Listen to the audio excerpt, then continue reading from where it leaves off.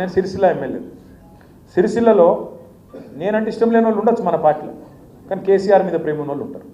కేసీఆర్ గారి మీద, తెలంగాణ మీద ప్రేమ ఉన్నాడు, నా రాష్ట్రం బాగుండాలంటే ఉంటారు. మధ్యలో ఎప్పుడో నేను వాళ్ళ ఇంట్లో లగ్గానికి పోకపోవచ్చు, దాంతో కోపం ఉండొచ్చు. నేను ఫలానా రోజు ఉద్యోగం అడిగిన నా కొడుకు ఉద్యోగం పెట్టేయాలి ఎమ్మెల్యే గారు అని కోపం ఉండొచ్చు. నేను ఫలానా రోజు నేను సీటు విషయంలో డిస్కౌంట్ అడిగినా ఇప్పియలే, ఒక ఫోన్ చేస్తే అయిపోతుండే అని కోపం ఉండొచ్చు. అట్లా రాంగ ఎమ్మెల్యే సాబ్ ఇట్లా ఫోన్ చూసుకుంటూ పోతుండు, ఇట్లా చేయి ఉప్పంటే ఉప్పలేదు, కోపం ఉండొచ్చు. 10 సార్లు ఫోన్ చేస్తే ఎత్తచ్చు, 11వ సార్లు ఎత్తకపోతే కోపం రావచ్చు. చెప్పలేము. ఇగో కోపాలు అందరం మనుషులమే కదా, మాతో కూడా చిన్న చిన్న పొరపాట్లు అవుతాయి. దయచేసి దండం పెట్టి చెప్పేది ఏంటంటే, మీకు చిన్న చిన్న కోపాలు తాపాలు ఉంటే ఆనందం మీద కూడా తీసేయండి, మనసులోకి వెళ్ళి తీసేయండి. ఇక ఈ వర్గ పోర్లు, అనవసర పంచాయతీలు వద్దు. పార్టీ ఇవాళ ప్రతిపక్షంలో ఉంది, కానీ ప్రజల గుండె నిండా ఉంది. పోయింది అధికారం మాత్రమే, అభిమానం కాదు. ముమ్మాటికి ఇవాళ ప్రజలు మనతో అన్న తేడా లేదు. మేము తిరుగుతున్నాం. మన పరిగిలో ఒక చిన్న తాండా, దాసేనాయక్ తాండా, చిన్న తాండా. నాకు తెలిసి మొత్తం జనాభా కూడా 500-600 ఉండరు, ఓట్లు 300-400 ఉంటాయేమో. అంబేద్కర్ బొమ్మ పెట్టిర్రు, మమ్మల్ని పిలిచిర్రు.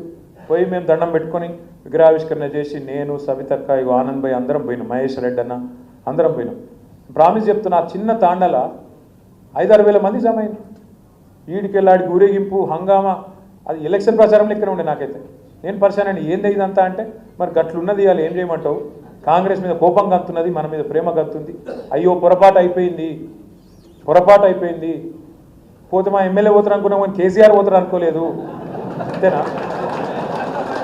బాబా ఏమున్నారా? దీనికి కూడా సపోర్ట్ కొట్టినట్టు నాకు అర్థమైపోయింది.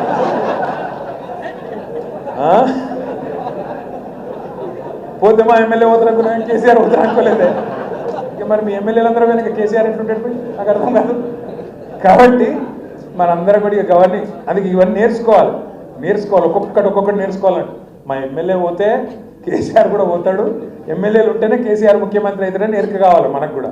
రెండవది, ఏమనుకున్నాం పార్లమెంట్ ఎలక్షన్లో, ఈ ఎలక్షన్ మనది కాదు, అది వాళ్ళిద్దరి మధ్య నడుతుంది అనుకుని మన వాళ్ళు కూడా కొంతమంది అటు ఇటు అయిండ్రా. ఏమైంది మరి? ఇవాళ 8 మంది వాళ్ళు, 8 మంది వీళ్ళు. చిన్నప్పుడు మనకు స్కూల్లో లెక్కలు చెప్తారు, 8 + 8 ఎంత? 16. కానీ ఇవాళ తెలంగాణలో 8 మంది కాంగ్రెస్ ఎంపీలు ఉన్నారు, 8 మంది బీజేపీ ఎంపీలు ఉన్నారు. తెలంగాణకు తెచ్చింది ఎంత? అందుకే 8 + 8 ఎంత? గుండు 0.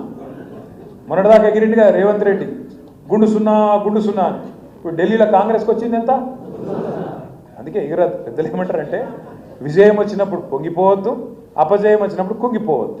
అందుకే మనం ఓడిపోయినంత మాత్రాన బేజారు కావద్దు, గెలిచినామని చెప్పి నీళ్ళు కద్దు. గెలిచినాక మమ్మల్ని మించినోడు ఎవడలేడు, నేను 30 మార్కాన్ 32 మార్కాన్ నడవదు.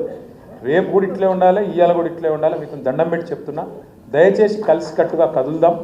మనం కలిసికట్టు కదిలితే 6 మండలాలు వికారాబాద్లో స్పీకర్ గారి కాన్స్టిట్యున్సీలనే కొట్టి కాంగ్రెస్ ప్రభుత్వం మీద ఎంత వ్యతిరేకతతో మొత్తం ఢిల్లీకి చెప్పే అవకాశం మీకు.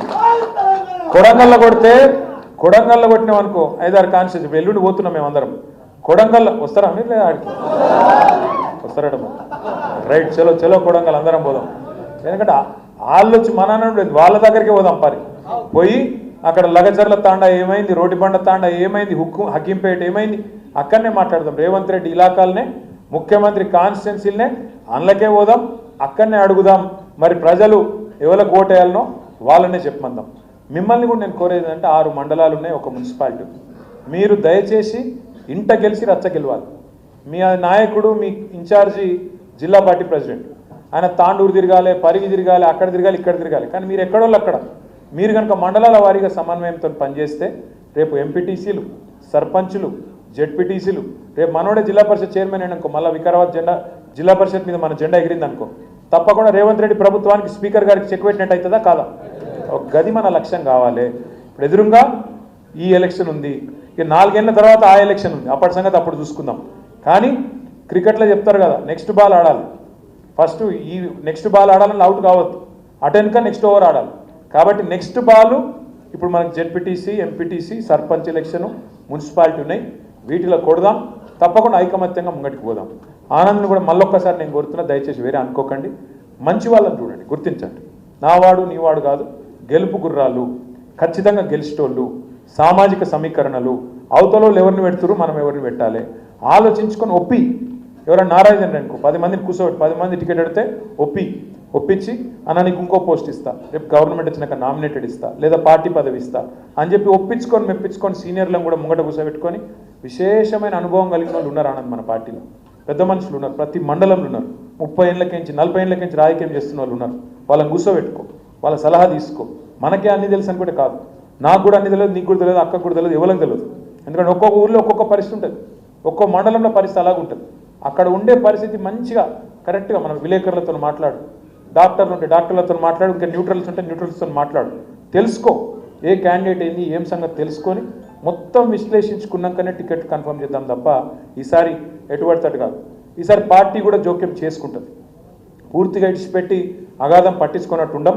ఈసారి తప్పకుండా ప్రతిపక్షంలో ఉన్నాం కాబట్టి అవసరమైతే అబ్జర్వర్లను పంపి, ప్రత్యేకంగా అబ్జర్వర్లను పంపి కూడా విషయాలు తెలుసుకొని పార్టీ కూడా ఎక్కడైనా తప్పు జరిగితే పొరపాటు జరిగితే ముందే దిద్దుకునే ప్రయత్నం కూడా చేద్దాం. మళ్ళొక్కసారి మీకు ఏం చెప్తున్నా నేను దయచేసి అంటే, ప్రభుత్వం మీద కోపం, కాంగ్రెస్ మీద కోపం బాగుంది, బీజేపీ మీద ప్రేమ అస్సలకే లేదు. ఉన్న ప్రేమ అంతా కేసీఆర్ మీద ఉంది. కేసీఆర్ తిరిగి రావాలంటుంది. అక్కడక్కడ స్థానికంగా సమస్యలు ఉంటే సర్దుబాటు చేసుకుందాం, గట్టిగా కొడదాం. వికారాబాద్ జిల్లా పరిషత్ మీద, వికారాబాద్లోని జెడ్పీటీసీలు, వికారాబాద్ మండల పరిషత్ల మీద గులాబీ జెండా ఎగిరేద్దాం.